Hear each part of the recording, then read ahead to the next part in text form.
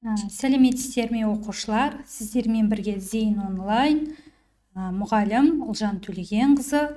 Бүгінгі сабағымыздың тақырыбы ерітінді және ерітінді тақырыбына арналған есептерді шығаруды үйренеміз. Олай болса, бүгінгі сабақта біздің меңгеретініміз ерітінді, еріген зат, ерігіштік ұғымдарын білеміз. Ерітіндінің массалық үлесін есептеуді үйренеміз. Керісінше, ерітіндінің массалық үлесі арқылы еріген заттың массасын есептеуді үйренеміз. Ерітінді дегеніміз не? Сонымен танысып алайық. Еріткіш молекулалар мен еріген зат бөлшектері бір-бірімен физикалық және химиялық әрекеттескен біртекті жүйені ерітінді деп атаймыз. Яғни еріткіш деп тұрғанымыз, балалар, мысалы, мына жердегі суды айтуға болады. Су еріткіш. Ең көп қолданылатын еріткіш, арзан еріткіш. Еріген зат осы суда еритін заттар, мысалы қант. Сонда мынауымыз еріген зат, суымыз еріткіш болады. Енді балалар, мына жерде тағы да қарайтын болсақ, су, мына спирт деп алайық. Судың спирттің судағы ерітіндісі, қанттың судағы ерітіндісі осылай аталады екен. Массалық үлесті анықтайтын формула келетін болсақ, массалық үлес еріген затты анықтайтын. Не істейміз? Масса еріген затты ерітіндінің массасына бөлеміз. Немесе балалар, ерітінді деп тұрғанымыз екі жүйеден тұрады. Еріген зат пен жаңағы судан, мына жерде айттық қой ерітінді. Осы формуламен есептейтін боламыз. Енді осы ерітінді дайындау кезде әртүрлі ерітінділер пайда болады. Соған байланысты жіктеледі екен. Бірінші, қаныққан ерітінді. Қаныққан ерітінді берілген температурада зат әрі қарай ери алмайтын ерітіндіні айтамыз. Болды, уже әрі қарай еру мүмкіндігі жоқ. Судың молекуласы еріген заттың молекуласына толды деген сөз. Қанықпаған ерітінді берілген температурада зат әрі қарай ери алатын ерітінді. Судың бөлшектері, молекулалары әлі бос, әрі қарай бір заттарды, қантты, тұзды немесе басқа заттарды еріте алады. Әрі қарай ери алады, бір сөзбен айтқанда. Аса қаныққан ерітінді. Ол деген берілген температурада еріген заттың бөлшектері қаныққан ерітіндідегі зат мөлшерінен көп болады. Не көбейіп кетті? Су емес, еріген заттың мөлшері көбейіп кеткен ерітінді айтамыз. Алынған ерітінділер екі жіктеледі. Концентрлі ерітінді және сұйытылған ерітінді. Концентрлі ерітінді еріген заттың мөлшері еріткіш мөлшерінен көп болады екен. Бұл жерде еріген зат көп. Ал сұйытылған керісінше судың мөлшері көп болады. Мысал қарастырайық. Бірінші, ерітіндінің массалық үлесін есептеу. Бұл тақырыптар, балалар, математикалық тақырыптар, яғни пайызбен жұмыс жасау. Олай болса, суретке назар салайық.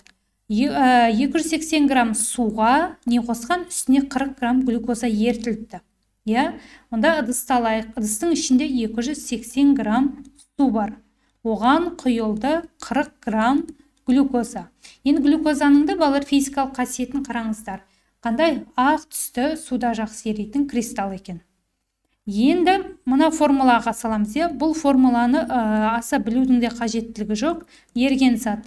Енді масса еріген зат бізде 40 грамм. 40 грамм глюкоза. Ал ерітінді масса еріген зат пен су, яғни еріген зат 40 грамм, суымыз 280 грамм. Көбейту 100%. Олай болса, есептесек шығады 12,5%. 12,5%. Бұл глюкозанка. Судікі қанша пайыз болады? 87-де 5% суға тиісті. Келесі. Дәл осыған арналған тест 1. Студенттер дейді, бақаға тәжірибе жасау үшін физиологиялық ерітінді дайындады. Ол үшін олар 140 грамм суға 9 грамм тұз қосты. Физиологиялық ерітіндідегі тұздың массалық үлесін есептеңіз дейді. Ал бірінші не қылды? 100 грамм не алды? Су. Оған 9 грамм не қосты? Тұз дейді. Қандай тұз екені айтылмапты. Енді әрине ас тұзы болу керек. Енді массалық үлес тұзды анықтау үшін не істейміз? Тұздың массасын, яғни су емес затты бөлшектің алдына жазамыз. Су емес, ол тұз 9 грамм. Ал ыдыстың массасын бөлшектің бөліміне жібереміз. Яғни 100 қосу 9. 109 грамм.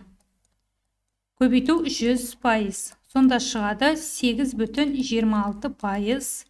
Неге тиісті? Ерітінді алды. Сонда жауабы А болады екен. Келесісі. Керісінше еріген заттың массалық үлесі бойынша еріген заттың массасын есептеу. Массалық үлес бар, бізге массаны есептеу керек. Балалар, бұл жерде 0,6 дейді. Мысалы 10% алайын. Ең жиі кездеседі. 0,10% деген 100-ге бөлді деген сөз. 0,1. 100%-ымыз тең 1. 3%-ымыз 0,03. Пайыз жоқ болса, яғни пайыз деген сөз нені білдіреді? 100-ге бөл дегенді. 20%, 0,2. Сонымен жұмыс жасай білу қажет. Массалық үлесі 0,06 дейді. Яғни неше пайыз? 6% деген сөз. Екеуі бір мағына. 230 грамм калий нитратының ерітіндісін дайындауға қажетті су мен калий нитратының массаларын есептеңіз дейді. Бұл жерде ыдыста не бар? 230 грамм бар. Ішінде калий нитрат неше пайыз? 6% калийдің нитраты бар екен. Жай математикадағы пайыз. Осы жерден бізге анықтау керек. Суы қанша, тұзы қанша екенін анықтау керек. 230-ның. Енді бұны ең оңайы пропорциямен шығаруға болады. 230 граммымыз бізде 100%-ға тең. Яғни ерітінді деп тұрғы балалар. Ерітінді, мына жерге жазайын, ерітінді әрқашан 100%-ға тең болады. Онда x грамм калий нитратымыз неше пайызға тең? 6%. Олай болса x тең шығады 230-ды көбейтеміз 13,8. 13,8 грамм. Болды, жауабы осынша грамм калий нитраты бар. Енді судың массасын қалай табамыз? Масса су тең. Нешеден азайтамыз? Бүкіл ерітіндіден азайтамыз еріген заттың массасын.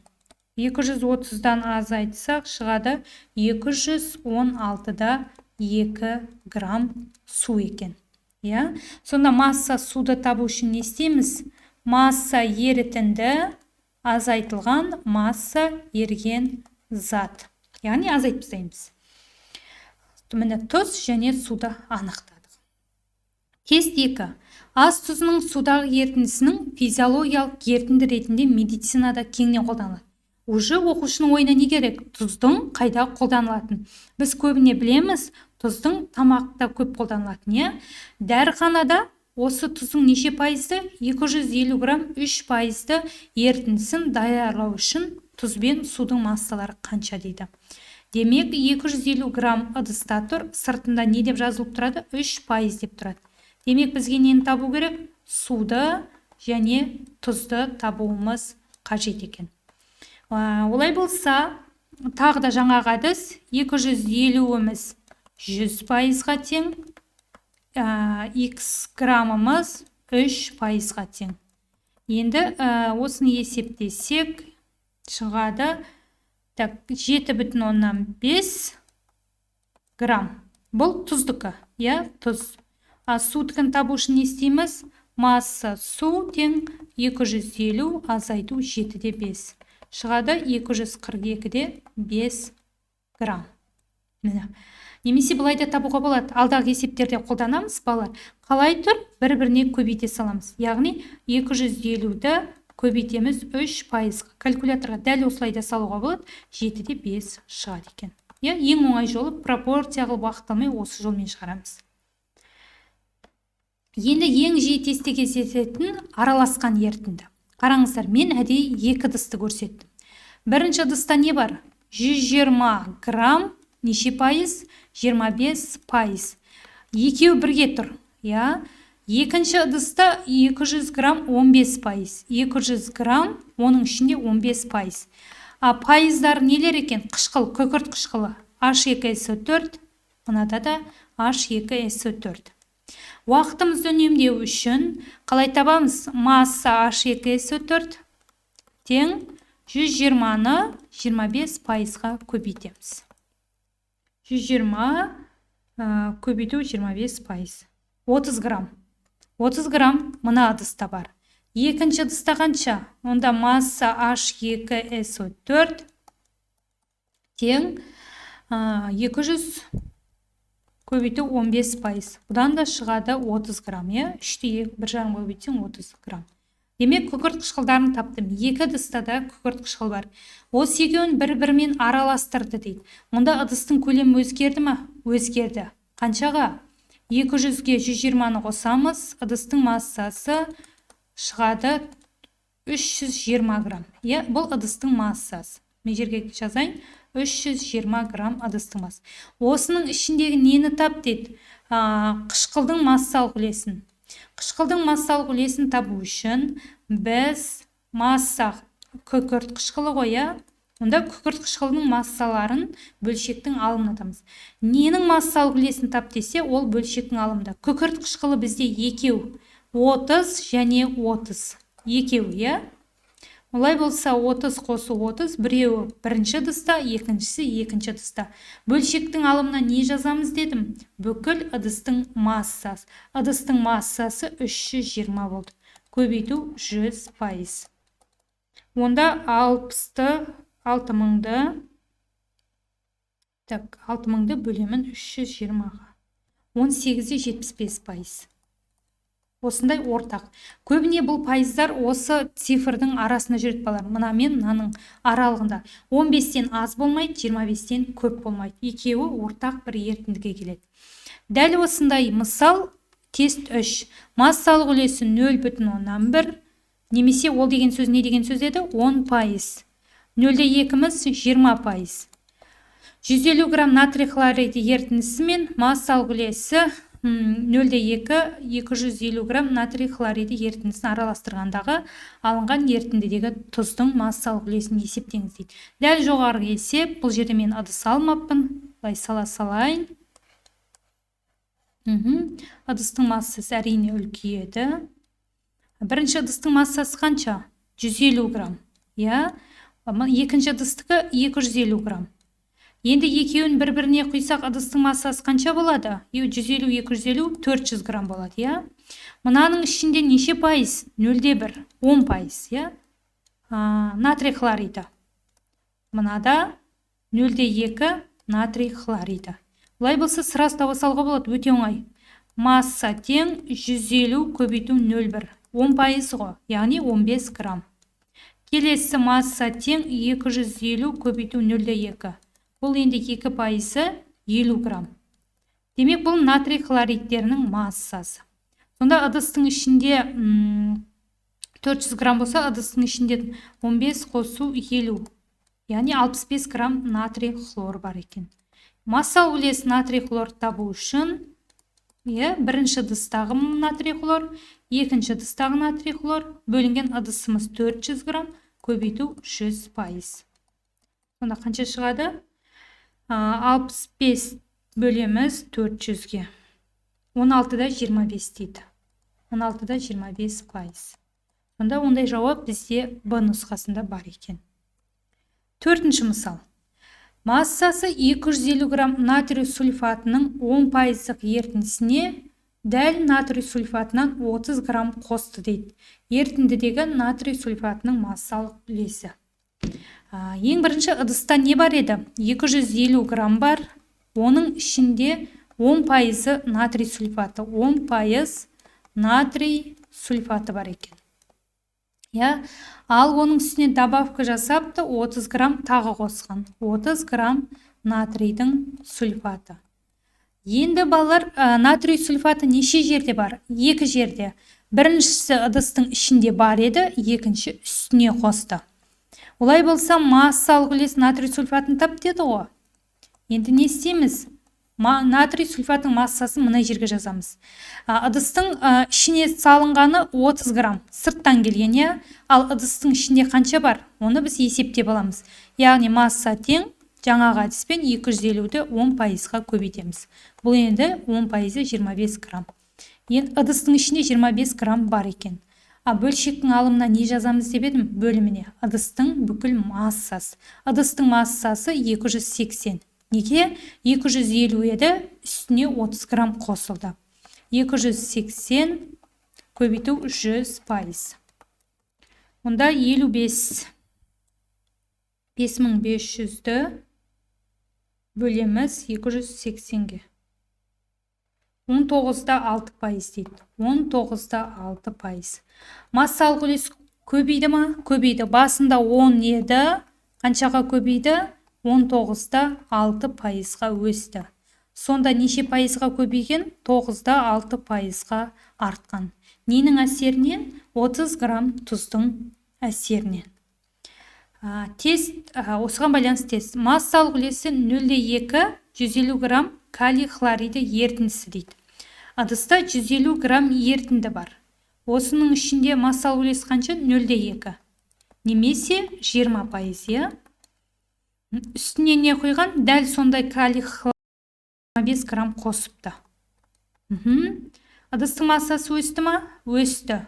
150 еді, 175 болып көбейді, артты, я? Енді бірінші кальций хлорид неше жерде бар? Ыдыстың ішінде бар еді 20%, және сыртта бар. Ыдыстың ішіндегін табайық, ол үшін не істейміз? 150-ді көбейтеміз 20%-ға. Тең болады 30 грамм, я? 30 грамм. Олай болса, массалық үлес кальций хлориді. Демек, бізге не қажет? Кальций хлоридінің массасы. Ыдыстың ішіндегі 30 грамм және салынды 25 грамм. Ыдыстың массасы 175.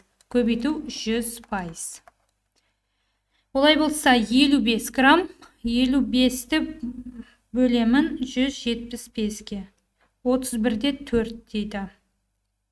Жауабы Е болады екен. 31-де 42%. Және массасы қанша грамм болды? Екеуін қоссақ 55 грамм, я? Жауабы Е болады екен. Әрі қарай 5-ші мысал. Массасы 400 грамм 30%-ық тұз қышқылы ерітіндісіне су қосты. Жаңа тұз қосты, енді керісінше су қосты. Онда бұл жерде уже массалық үлес өспейді, керісінше азаяды. Сұйылады, я? Ыдыста 400 грамм и 30% бар. Енді дәл осыны біз жұмыс жасап алайық. Масса тең 400 көбейту 30%. Онда 120 грамм шығады. 4-ке көбейтсең 120 грамм қандай тұз? Қандай тұз екен мейлі? Тұз дей салайық. Енді осыған 50 грамм не қосқан? Су қосқан. Балалар, уже су. Тұз емес. Енді массалық үлес нені анықтау керек? Тұзды. Тұз дейін. Демек, тұзды анықтау үшін бөлшектің бөліміне су, бөлшектің алымына жазылмайды балар. Су бөлшектің алымына жазылмайды. Олай болса, тұзды жазамыз бөлшектің алымына, тұзды тап деп тұрғы. И бөлшектің бөліміне нені жазатын ек? Ыдыстың массасын. Ыдыстың массасы 450. Себеп 450 50 қосылды. 450 грамм. Көбейту 100%. Бұл жерде енді пайыз азаяды. Бөлеміз 450-ге. 26-да 7% дейді. Азайды ма? Азайды. Басында 30% еді, кеміді қаншаға? 26-да 7-ге. Яғни төмендеді, минус болды. Осыны айтамыз. Кеміді. Яғни бұндай есептер не үшін қажет?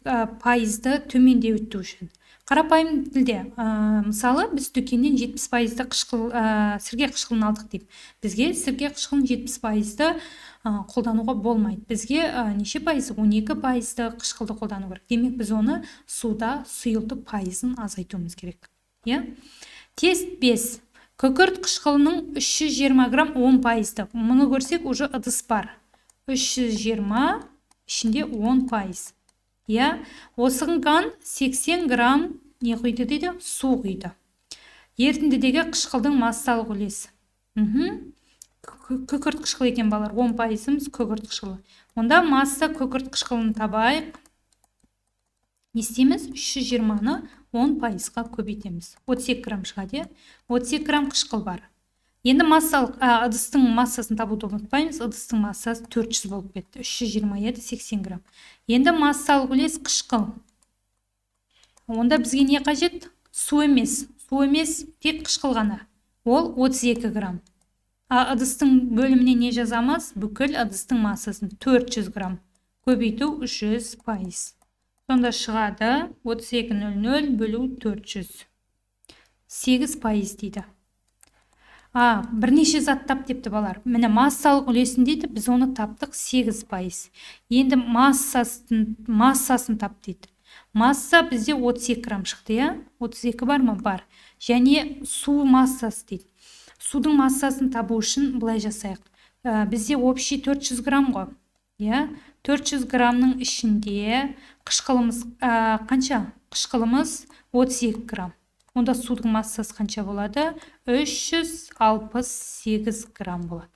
Мынау су, мынауымыз қышқыл. С болады. 6-шы мысал. Енді тығыздықпен жұмыс жасаймыз балалар. Көлемі 5 литр, 5% ерітінді дайындауға натрий сульфидінің неше граммы қажет? Тығыздығы 1,075 грамм миллилитр дейді. Бұл жерде ең бірінші тығыздықтың формуласын жасайық. Ро тең, қараңыз, грамм дейді. Грамм бөлінген миллилитр деп тұр. Демек, грамм дегеніміз ол не? Масса, миллилитріміз көлем. Тығыздық массаның көлемге қатынасы. Енді осы формулада бізде не бар? Көлем бар, тығыздық бар. Онда формуланы түрлендіріп не табамыз? Масса тең көлем көбейтілген тығыздық. Көлем 500. Бірақ өлшемділікке қараймыз балар. Мынау миллилитр, мынау литр. Сондықтан 5 литрді біз миллилитрге айналдырамыз. 5000 миллилитр. Көлем 5000 миллилитр. Тығыздығымыз 1,075, 1075 грамм миллилитр. Бұл жерде әрине міне көріңіздер ме өлшемділік? Көбейтейік. 5000-ді көбейтеміз 1,075-ке. 5375 грамм. Осының ішінде неше пайыз бар? 8% бар екен. Енді 5375-іміз 100%, 8% натрий сульфиді дейді. Натрий 2SO3 X грамм. Сонда қанша шығады? 430 грамм екен. 430 грамм натрий сульфиді бар. Қалғаны су. Суды табатын болсақ, 5375-тің натрий сульфиді 430, онда қалғаны 5375-тен аламыз. 4945 граммы су екен. Мынауымыз натрийдің сульфиді, яғни тұз деп айтуға болады. Келесі, тест 6. Тығыздықпен жұмыс. 350 грамм 30% азот қышқылы, тығыздығы 1,075 миллилитр. Ерітіндісіне 350 миллилитр 40% сол қышқылдың тығыздығы қанша? 1,31 миллилитрін қосты. Пайда болған ерітіндідегі еріген заттың массалық үлесі. Бұл енді кішкене күрделірек. Бірінші не тауып аламыз балар? Жаңағы мына жер грамм емес миллилитр болу керек, шатасып кеткен. Бірінші массамен жұмыс жасаймыз. Берілген жазып алайық, көлем тең В1 болсын, 350 миллилитр. Ро тең қанша? 1,075. Дәл осыдан не табамыз? Масса тең V-ро еді. Көлем 350, тығыздық 1,075. Масса қанша шығады? 350-ді көбейтемін 1,075-ке. 376-да 25 грамм. Масса табылды. Енді екіншісі V2 болсын. Көлем қанша? 350 миллилитр. 350 миллилитр. Тығыздығы ро тең 1,31. Дәл соны қайталаймыз. Масса табамыз. Яғни не істеп жатыр? Тығыздық арқылы көлемді массаға айналдырып жатырмыз. Дәл сол формула. Көлем 350, тығыздық 1,31. 350-ді көбейтем 1,31-ге. 158-де 5 грамм. Енді бізде пайдаланбай қалған не бар балар? Массалық үлес. Мынаның ішінде 30% не бар екен? Массалық үлес 30%. Массалық үлес неше пайыз? 40%. Осындай пайыздар бар. Яғни қышқылдар бар мынаның ішінде. Енді қышқылдың массасын табам. Масса H2-сі 4 деп тұр, күкірт қышқылы. Онда не істеймін? 376-та 25-ті неше пайызға көбейтемін? 30%-ға. Келесі дәл солай. Масса қышқыл тең қанша шығып еді? 458-де 5-ті көбейтеміз 40%-ға. Немесе 0-де 4-ке. Мынадан 183-де 4 грамм шықты. Мынадан 376-да 25-ті көбейтеміз 0-де 3-ке. 112-де 875-ке шықты. Бұл күкірт қышқылының массалары. Енді бізге еріген заттың массалық үлесін анықта дейді. Яғни қышқылдың. Онда массалық үлес қышқыл. Онда бөлшектің алдына не жинайтын ек балалар? Су емес зат. Су емес бізде қышқыл. Ол біреуі 122-де 875 грамм, екіншісі 183-де 4 грамм. Сразу қосып ала салайықшы. Қосу 183-де 4. 296-да 275. Өте сақталып кетті, не жуықтап алу керек. Ал бөлшектің бөліміне не жетін ек? Ыдыстың массасы. Мына ыдыстың массасы 376-да 25. Мына ыдыстың массасы 458-де 5 грамм.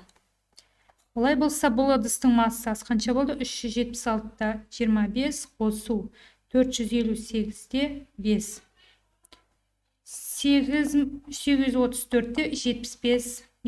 Болды, есептейміз. Ондай болса, 296-да 275-ті бөлемін 834-де 75-ке. Көбейтемін 100-ке. 35-де 5 шықты. Ондай жауап жоқ қой. 296-да 275-ті бөлемін 834-де 75-ке. Так, 35 шығып кетті. 35 деген жауап жоқ. Бір жерінде қателестік. Жуықтап алған ау деймін. 112,875-ті қосайық 183-де 4-ке. 296, 275 дұрыс.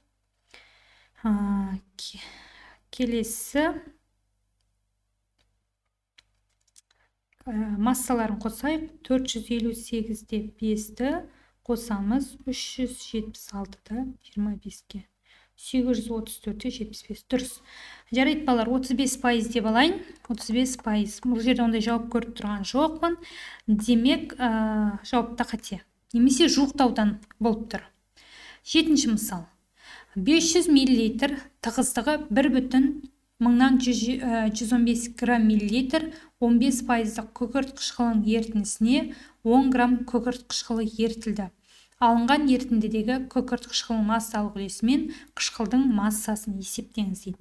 Олай болса, ең бірінші не бар бізде? Көлем бар. Көлем тең 500 мл. Және не бар? Тығыздық. Тығыздық тең 1,115 грамм миллилитр. Осыдан біз не табатын ек? Көлемді массаға айналдырамыз. Масса тең V ρ. 500-ді көбейтеміз 1,115-ке. Олай болса, 500 көбейту 1,115-ке. 557-де 5 грамм. Бұл ыдыстың массасы. 557-де 5 грамм. Оның ішінде неше пайыз қышқыл бар? 15% қышқыл бар. Бұрынғы суретімізге айналып жатыр. Оның үстіне не қосқан? 10 грамм күкірт қышқылын қосқан. Не былайша айтқанда қосқан, 10 грамм. Сонда ыдыстың массасы қанша болды? 557 емес, 567-де 5 грамм болды. Енді пайызбен жұмыс жасайық. Яғни бізде қышқыл қай жерде бар? Ыдыста салынды және ішінде бар еді. Онда ішіндегі массасын табатын болсам, жаңалы бері бұндай жұмыс жасап жатырмыз. 557-де 5-ті көбейтеміз 15%-ға. Яғни 557-де 5-ті көбейтеміз 15%-ға. 83,625. қалай бар солай ала берейін. Енді массалық үлес қышқылды табу үшін массалық үлес қышқыл су емес заттарды бөлшектің алдына. Су емес ол бізде ыдыстың ішіндегі қышқыл және ыдысқа салынған қышқыл. Бөлшектің бөлімі ыдыстың массасы ол бізде 567-де 5 грамм, я? Көбейту 100%. Қосу 10 бөлу 567-де 5 көбейту 100%. 16-да 49 дейді, 16-да 5 деп алайын. 5%-ға. Яғни пайыз өсті ма? Өсті. Нешеге? 15%-дан өсті қаншаға? 16-да 5-ке. Неше пайыз қосылды? 1-де 5%-ға артты деген. 8-ші мысал. 40%-дық ас тұзының ерітіндісін алу үшін 100 грамм суға қанша грамм тұз қосу қажет дейді. 40% ненікі? 40% ас тұзы. Я? Ал онда суымыз қанша пайыз болады? 60% су болады. Я, білеміз ғой, екеуінің қосындысы 100%-ға тең болатын. Онда 40% ас тұзымыз x грамм болады. 60 грамм суымыз неше грамм? 100 грамм. Пропорциямен шығарып отыр. Онда x-тен 40 көбейту 100 бөлінген 60. 40 көбейту 100 бөлу 60.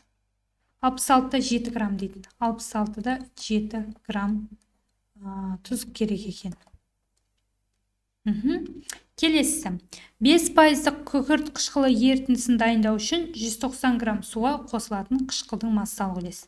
Демек 5% бізде H2SO4 қышқыл, онда суымыз 95%.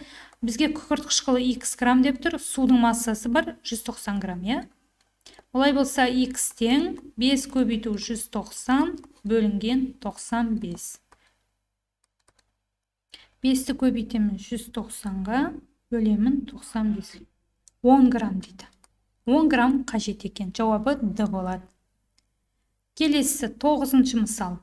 10%-дық ерітінді алу үшін 350 грамм 30%-дық қышқыл ерітіндісіне қанша грамм тұз қосу қажет дейді. Ең бірінші пайызбен жұмыс жасау. Осы жерден қышқылдың массасын тауып алу керек. Олай болса масса қышқыл дейді. Қандай қышқыл екен жазбай айтылмапты. Қышқыл тең қалай табамыз? 350-ді көбейтеміз 30%-ға. 350 көбейту 30%. 105 грамм қышқыл бар екен. Я? Бұл қышқылдың массасы. 10%-дық ерітінді алу керек.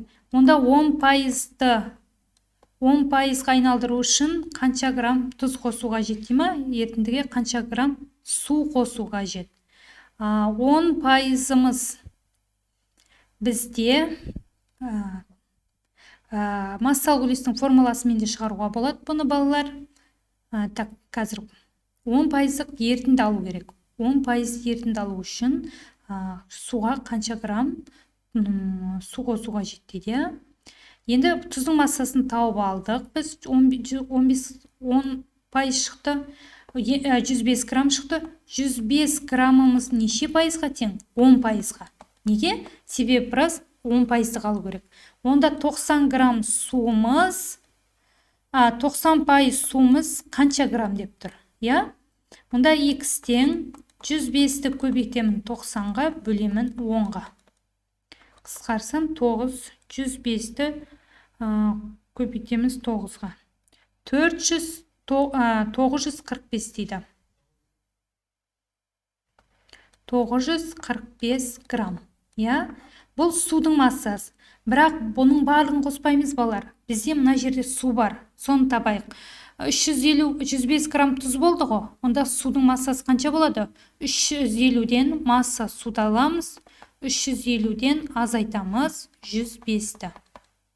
Олай болса 350 азайту 105. 245 грамм уже су бар екен. Енді қараңыздар балалар. Бізде жалпы судың массасы 945 болу керек. Бірақ бізде мына ерітіндінің ішінде басында 245 болған. Олай болса судың массасын табу үшін масса құйылатыны қанша? 945 жалпы судан уже бар суда азайтамыз. Ондай болса шығады 700 ба? 700 грамм су қажет екен үстіне. Мысал 10. 200 грамм 16% мыс сульфаты ерітіндісіне 500 грамм 20% мыс сульфатының кристаллогидраты ерітіндісі қосылды. Алынған ерітіндідегі мыс сульфатының массалық үлесін анықтаңыз дейді. Қараңыздар балалар, 200 грамм бізде ыдыста бар. 16%. 16% ненікі? Жаңылыспау үшін жазып алайық. Мыс сульфатынікі. Осыған ерітіндінің үстіне не құйған? 500 грамм құйған. 500 граммның ішінде 20% неден тұрады екен? Мыс сульфатының кристаллогидратынан. Бірнеше жолмен шығады. Ең бірінші біз ыдыстың массасын анықтап алайық. Ыдыстың массасы 700. Яғни 200 граммға 500 грамм. Енді пайыздармен жұмыс жасаймыз. Бірінші мыс сульфатының массалысын табайын. Масса купрум SO4. Тең 200 граммды көбейтеміз 16%-ға. 200 көбейту 16%. Шығады 32 грамм. 32 грамм мыс сульфаты бар. Бұл ыдыстың ішінде. Енді кристаллогидраттың массасын табайық. Масса купрум SO4 көбейтілген 5H2O. Олай болсақ нешті? 500-ді пайызына көбейтеміз 20%-ға. Мұнда шығады 100 грамм. Бұл бізде мынаның массасы. Балалар қараңыздар, бізге мыс сульфатының массасын тап деп тұр ғой, массалық үлесін. Сондықтан кристаллогидраттың құрамынан ненің массасын табуымыз керек? Мыс сульфатының массасын. Купрум SO4-тің массасын табуымыз. Енді пропорция жүргіземіз. Яғни 100 грамм кристаллогидрат қой, 100 грамм. Кристаллогидраттың малярлық массасын жазайын, ол бізде 250 грамм бөлінген мольге тең екен. Мыс сульфатынікі 160 грамм мольге тең. Пропорциядан біз мыс сульфатының массасын табамыз. Масса тең 100 көбейту 160 бөлу 250. Шығады 16,00 бөлеміз 250-ге. 64 грамм. Ненің массасы? Купрум SO4-тің массасы, мыс сульфат. Енді балар мыс сульфатының массалық үлесін анықтау керек. Купрум SO4-тің. Олай болса бізге мыс сульфатының массасы қажет. Қай жерде бар? Біріншісі ыдыстың ішінде бар еді, екіншісі кристаллогидраттың ішінде. Ол қанша? 64. Бөлшектің бөліміне не жатын? Ыдыстың массасын 700. Көбейту 100%. Олай болса 32 қосу 64 бөлу 700 көбейту 100. 10 төмендеп кеткен сияқты. 32 қосу 64 бөлу 700 көбейту 100. 13-те 7%. Тең 13-те 7%. Өсті ма? Төмендеді, Өткен мына жақтан су қосылып кетті. Келесі. Осыған байланысты тест. 60 грамм глаубер тұзы дейді. Глаубер тұзы натрий 2 SO4 10H2O екен. 190 мл суда еріткенде алынған ерітіндідегі натрий сульфатының массалық үлесі дейді. Ыдыста 190 грамм су болды. Осының үстіне не құйды? 60 грамм натрий сульфатын құйды. Қанша грамм? 60 грамм. Натрий сульфатының 10H2O-сын. Бірақ бізге нені тап деп тұрған жоқ? Глаубер тұзының массалық үлесін емес, натрий сульфатының. Демек бізге не қажет? Натрий сульфатының массасы қажет екен. Оны тағы жаңағы әдіспен табамыз. Натрий 2 SO4. Мынау қанша грамм? 60 грамм. Эмері натрий сульфаты бізде малярлық массасы 142-ге тең. Мынауымыз қалай есептейді? Мынау 142, суымыз 10 көбейту 18, 180-ге тең. Яғни 322 бола ма? 322, 200, 322. Енді пропорциядан мынаның массасын табам.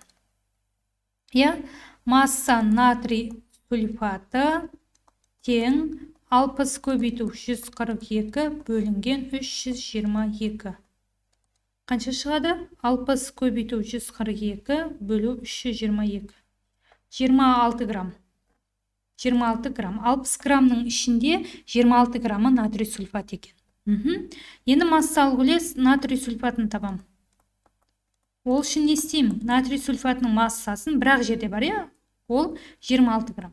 Ыдыстың массасын есептеуді ұмыттық. Ыдыстың массасы 250 грамм. 250 көбейту 300%.